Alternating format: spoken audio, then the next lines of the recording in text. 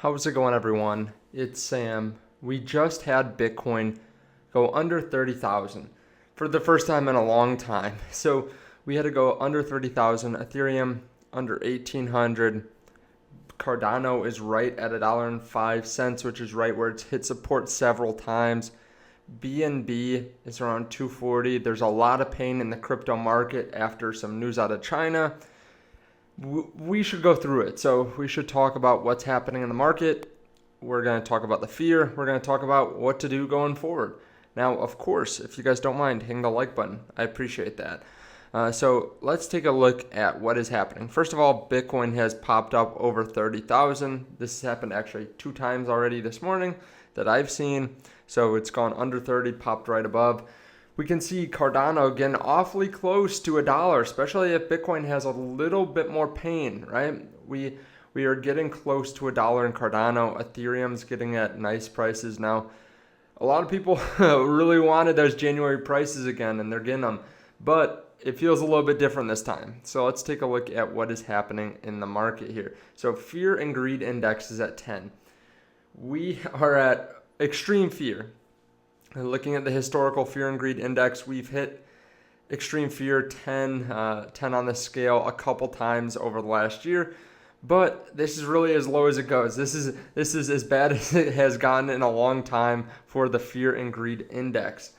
Now, in addition to that, we have the selling of Bitcoin by miners. Now, I've talked about how this is actually a good thing that miners are moving out of China. It kind of takes out that narrative that Bitcoin is so environmentally unfriendly because they're going to be going to more hydroelectric power and more sustainable ways of powering Bitcoin mining. But they are reducing their Bitcoin. So you can see Bitcoin in Bitcoin miner wallets has been reduced by 5,741 Bitcoin. So over 5,700 Bitcoin are decreasing. So miners are selling either because they need to pay for stuff, right? They need to move and they need to liquidate some of the Bitcoin that they have, or they're worried that they're not going to be able to sell their Bitcoin. Now, this is not the first time this has happened, but this seems a little bit different with the miners, right? We've seen it before where Bitcoin cracked down on Bitcoin transactions. We're trying to crack down on Bitcoin transactions and investing, right? They've talked about this many times going back to 2013.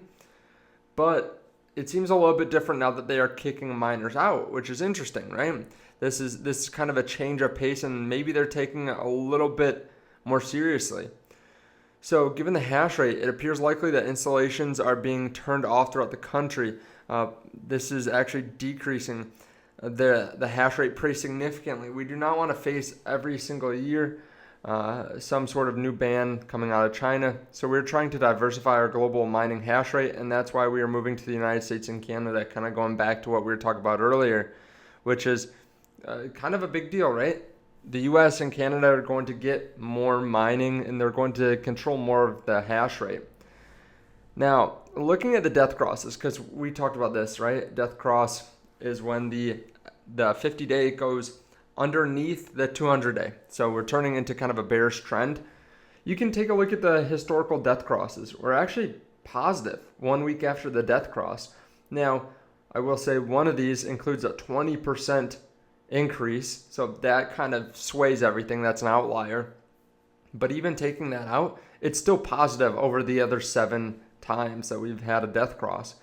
So this death cross happened not too long ago. Looking at the chart, we had it around this mark when we were around 36,000. So if we could get back up to positive, that would be a huge increase from here. That'd be 25%. And what we've seen in the past is fluctuating between 31,000 and about 40,000, just popping right back up to 40, then falling down to 31. You know, if you're trading this short term, you're probably making some good profits on it if you're playing it right. Now, let's take a look at some key support areas, and then we'll talk about overall what should we think about this. So we saw back in January, right? We saw it hit into the low 29,000s or so a couple times. So we've seen it around this level. We've seen it bounce off 29 a couple times. We saw it right here get right to 30 and bounce right off essentially. And then we saw it bounce a couple times around 31. So if we break through where we are now, if we fall much lower, We do have support around about 27, 28, and then again at 26, you can see over here. Now, not too many times has it hit there and bounced off, and then again at 22. So a lot of people are thinking 24. I've seen 24 a lot, that we're going to hit around 24 and then bounce off.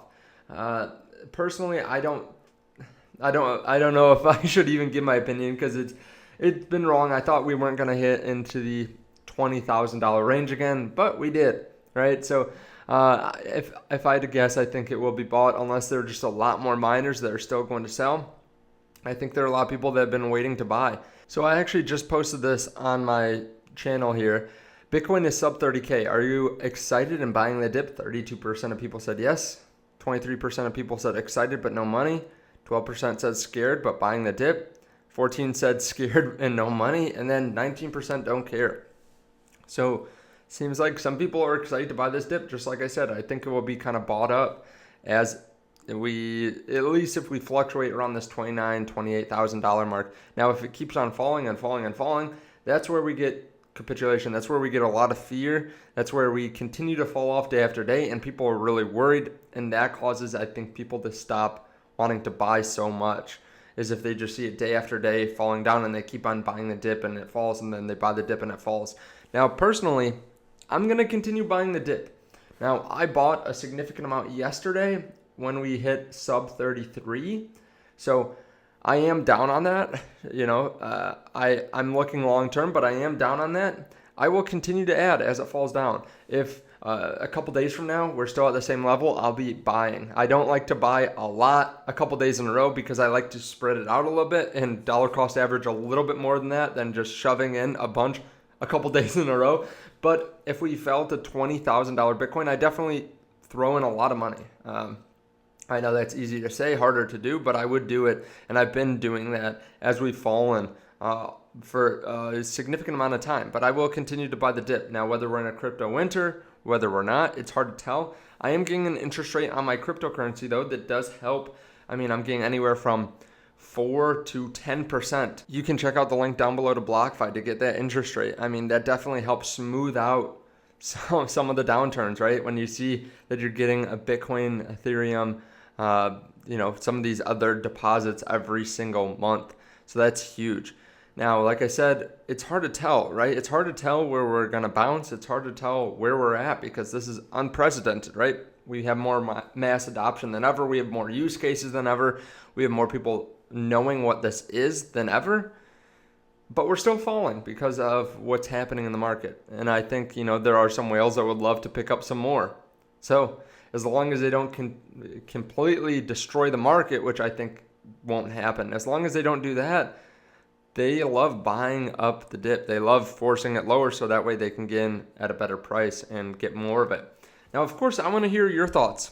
Are you scared? Are you excited? What do you think about this? Do you think we're going into a bull market or a bear market? Do you think this is going to be a quick uptrend up back to 40 like we've seen a couple times, now just with a lower low?